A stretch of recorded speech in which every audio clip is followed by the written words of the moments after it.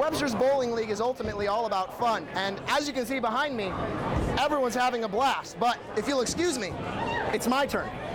Now that the dust is settled and the battle is over, reenactors head back to their camps to prepare for the rest of the weekend events. Students were well equipped with giveaways also, like lanyards, keychains, and even t-shirts.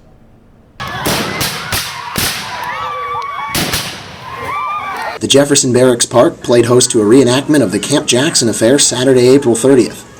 Now that the dust is settled and the battle is over, reenactors head back to their camps to prepare for the rest of the weekend events. After the battle, a list of those who passed away was read in remembrance.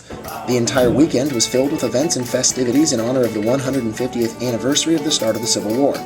Living historians do sometimes go further than just getting into costume. They even begin to feel the characters of history living within them. I feel I have a little piece of lion stuck in me, and so I walk around the house with the lion scowl, and I have this kind of angry demeanor. And my wife said that even though this is this is kind of the final piece of the puzzle, I can put Lion to bed and try to go back to normal, I guess. Living historians also express the importance of authenticity by living in the same conditions as those in the past. We try to keep the camp set up for them to make it interesting to see how they lived back then and what weathers they went through, what trials they went through. You know, we fought in blizzards. They couldn't hide. They couldn't go back to a barracks. They were out in the wilderness, so we try to play that part. The event took approximately 2 years to plan and was a culmination of dozens of organizations coming together. We first met on the anniversary of Camp Jackson, May 10th, 2009, I guess that was. There's a lot of moving parts, a lot of different organizations involved. We had the network. If you look around camp, these are all different groups. Offmuth breathed a sigh of relief once the weekend got underway as he realized that all of their hard work had paid off. Building up there, there are times where I was wondering if this event was really going to happen. But, we stuck with it, and here we are. For the Webster Weekly Report, I'm Bryce Johnson.